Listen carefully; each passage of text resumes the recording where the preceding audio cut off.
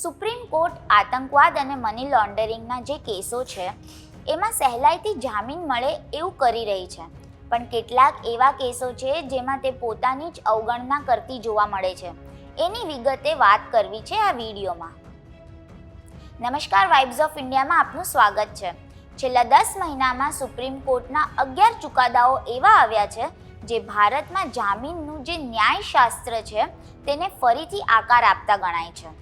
ખાસ કરીને ભારતના આતંકવાદ અને મની લોન્ડરિંગ કાયદાની વાત કરીએ તો આ કાયદાઓની જામીન પર પ્રતિબંધ મૂકતી જે જોગવાઈઓ છે તેનો ઉપયોગ મોટા ભાગે આરોપીઓને, એમાંય મોટા ભાગે વિરોધીઓ, કવિઓ, વિપક્ષી નેતાઓ, અસંતુષ્ટો, વિદ્વાનો અને કલાકારોને ટ્રાયલ વિના જેલમાં રાખવા માટે કરવામાં આવે છે. એવા આક્ષેપો થતા રહે છે. એવા કાયદાના કેસોમાં સર્વોચ્ચ અદાલતે મોટા ચુકાદાઓ આપ્યા છે. એમ છતાં સરકાર માટે મહત્વના એવા હાઈ પ્રોફાઇલ કેસોમાં જામીન આપવાનું ટાળ્યું છે. સુપ્રીમે તેના પોતાના નિર્ણયોની અવગણના કરી છે. જામીનને પ્રતિબંધિત કરવા માટે વપરાતા મુખ્ય કાયદાઓમાં ગેરકાનૂની પ્રવૃત્તિઓ અધિનિયમ એટલે કે UAPA 1967 અને prevention of money laundering act એટલે કે PMLA 2002 આવે છે, જેને ઘણીવાર બંધારણમાં આપવામાં આવેલી વ્યક્તિગત સ્વતંત્રતા છે એનું ઉલ્લંઘન માનવામાં આવે છે. ભારતમાં જામીનને નિયમ અને જેલને અપવાદ માનવામાં આવે છે, પણ ન્યાયાધીશોએ વારંવાર પ્રતિબંધિત કાયદાઓની જોગવાઈઓ ટાંકીને જામીન આપવાનો ઇનકાર કર્યો છે. પ્રેમ પ્રકાશ વિરુદ્ધ યુનિયન ઓફ ઇન્ડિયાના કેસમાં ન્યાયમૂર્તિ BR ગવઈ અને KV વિશ્વનાથનની સર્વોચ્ચ અદાલતની બેન્ચે 28 ઓગસ્ટ 2024ના રોજ કહ્યું હતું કે જ્યાં આરોપી પહેલેથી જ નોંધપાત્ર સંખ્યામાં મહિનાઓથી કસ્ટડીમાં છે અને તેના નિષ્કર્ષ પર આવવાની કોઈ શક્યતા નથી, ટૂંક સમયમાં ટ્રાયલ છે, તો પછી શરતી સ્વતંત્રતા આપવા માટે PMLAની કલમ 45 યોગ્ય રીતે હળવી કરી શકાય છે. આ રીતે એક નિર્ણય ઘણીવાર બીજાને અસર કરે છે.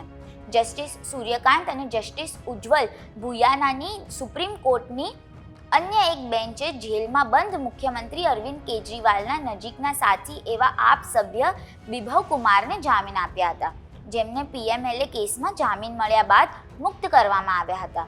તે દિવસોથી જેલમાં હતા, પરંતુ ટ્રાયલ કોર્ટમાં તેના જામીન પર રોક લગાવવાના દિલ્હી હાઈકોર્ટના આદેશ સામે તેની અરજીની સુનાવણી કરવાના થોડા કલાકો પહેલા જ અન્ય કેસમાં તેની ધરપકડ કરવામાં આવી હતી. 27 ઓગસ્ટના રોજ ન્યાયાધીશ ગવઈ અને KV વિશ્વનાથનની સુપ્રીમ કોર્ટની બેન્ચે ભારત રાષ્ટ્ર સમિતિના નેતા K કવિતાને દિલ્હીમાં નવી દારૂ નીતિના ભ્રષ્ટાચારના કેસમાં જામીન આપ્યા હતા. ફરિયાદી એજન્સીઓની નિષ્પક્ષતા પર સવાલો ઉઠાવ્યા હતા અને કેટલાક આરોપીઓને સરકારી સાક્ષી બનાવવાના તેમના પસંદગીયુક્ત અભિગમની ટીકા કરી હતી. 30 ઓગસ્ટ 2024ના રોજ ચીફ જસ્ટિસ DY ચંદ્રચૂડની આગેવાની હેઠળની બેન્ચે છત્તીસગઢમાં માઓવાદીઓ સાથે કથિત સંબંધોના આરોપમાં UAPA હેઠળના આરોપીને જામીન આપ્યા હતા, કારણ કે તે 6 મે 2020ની કસ્ટડીમાં હતો.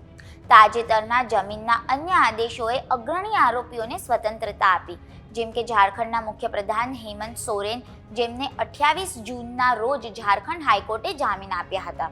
અને આ જ રીતે 7 મહિના જેલમાં વિતાવ્યા પછી વેબસાઇટ ન્યૂઝ ક્લિકના સ્થાપક પ્રબીર પુરકાયસ સહિત બીજા આરોપીઓ પણ જામીન પર છૂટી ચૂક્યા છે. તે કહેવું વાજબી રહેશે કે આ સીમાચિહ્ન ચુકાદાઓ એક પ્રકારનું વલણ સેટ કરી રહ્યા હોય એવું લાગે છે, પરંતુ તે કહેવું ખૂબ વહેલું છે કે શું તે જામીનનું જે ન્યાયશાસ્ત્ર છે એમાં પરિવર્તનનો સંકેત આપે છે, કારણ કે ઘણા અગ્રણી અસંતુષ્ટો કાર્યકરો, શિક્ષણવિદો અને ગાયકો હજુ પણ જેલમાં છે. અન્ય ઘણા અંડર ટ્રાયલ છે અથવા એવા આરોપીઓ જેલમાં છે જેમની હજી ટ્રાયલ પણ શરૂ નથી થઈ.